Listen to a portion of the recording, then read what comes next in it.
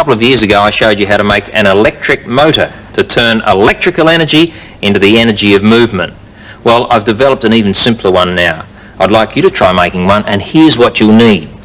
You'll need a torch battery or dry cell, some enamelled copper wire, which you can buy from an electrical store, 2 paper clips, 2 magnets, held together by a piece of tape, and a couple of other pieces of tape. Oh, and you will need a little piece of sandpaper as well.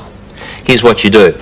Start by placing those 2 magnets flat on the ground, and then take the battery and straighten out one of the paper clips so that it looks like this, with a little hook on one end, and tape that to the top end of the battery.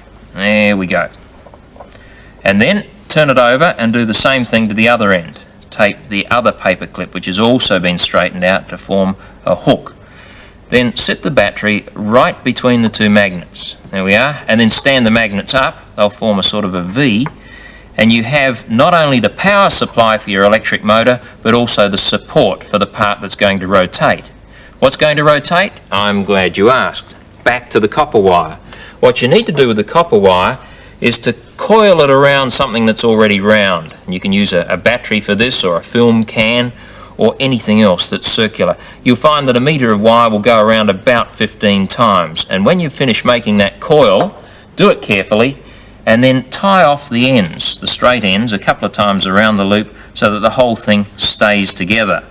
Here comes an important part. Lay it flat on the table, take the little piece of sandpaper and sand away the enamel from just one side of that straight end, and then turn it around and do the same thing with the other straight end as well.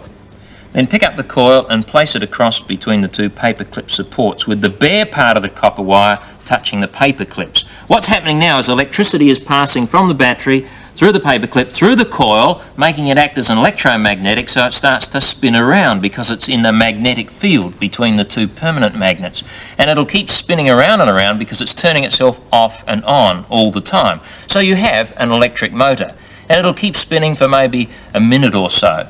It's a little electric motor. It's the simplest one I know about. I want to know.